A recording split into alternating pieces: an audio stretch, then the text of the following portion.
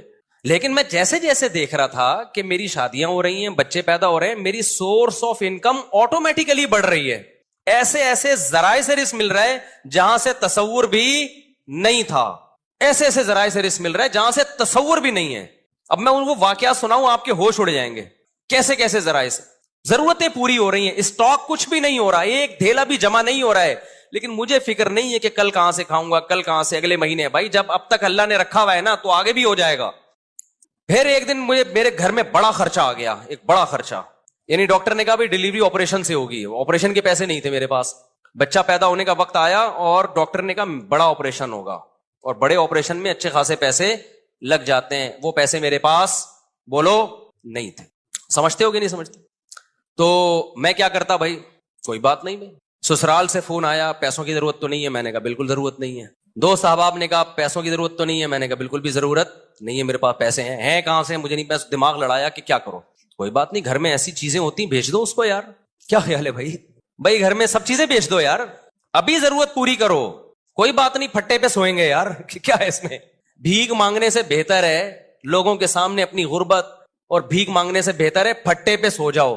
صبح رات کی بچی بھی، میں ایسے علماء کو جانتا تھا جن کی 2 بیویاں تھیں، سوکھی روٹی صبح قہوے میں ڈبو کے کھا رہے تھے وہ.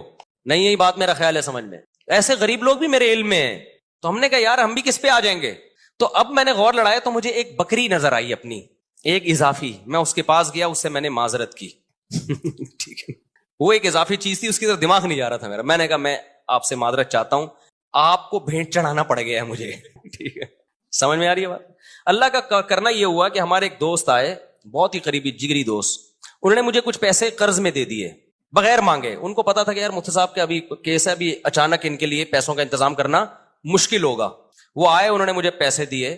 تو میں نے کہا بھائی میرا تو یہ تھا کہ کل بکری بیچوں گا اور یہ اپنے گھر کے سارا سامان بیچ کے، جو بھی بک سکتا ہے بیچ کے میں ان کے قرضہ ادا کر دوں گا. تو وہ مجھے خود دے کے چلے گئے. وہ معاملہ تو نمٹ گیا، بچہ ہو گیا الحمدللہ. وہ بچہ ماشاءاللہ اچھلتا کودتا ہے. قرآن اب تو بڑا ہو گیا.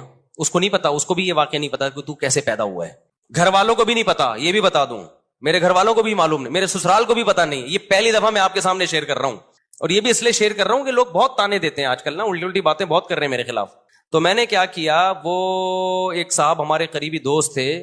یہ نہیں کہ ان کے سامنے میں کہ پیسے ہی نہیں ہیں، یوں ہے یار. بعض دفعہ پیسے آدمی ایسے نہیں مانگ رہا ہوتا، رونا شروع کر دیتا ہے، اس سے اگلا خود ہی سمجھ جاتا ہے کہ پیسے نہیں. خیر جی، انہوں نے مجھے لون دیا، قرضہ، کہ کل دے دینا. اچھا قرضہ بھی ایسا کہ میں نے کہا کل میں دے دوں گا. جب انہوں نے بہت اصرار کیا میں نے کہا ٹھیک ہے، فوری تو جمع کرانے. میں نے کل میرے یہی تھا کہ اگلے دن کیا ہوا ہے کہ میں نے کہا بکری بھی اور یہ سب چیزیں بیچنے کے لیے میں نے بات کی. وہ میرے پاس آئے اور میں نے کہا آپ کا قرضہ آپ کو انشاءاللہ مغرب تک مل جائے گا واپس. انہوں نے کہا مصعب مجھے نہیں چاہیے. وہ دوست تھا، وہ کہتا ہے میں نے کبھی آپ کو کوئی گفٹ نہیں دیا، یہ میری طرف سے گفٹ ہے. میں نے کہا بھائی آپ کو واپس لینا پڑے گا. کیا میں کسی کا باپ بھی نہیں دے سکتا، نہیں لوں گا واپس.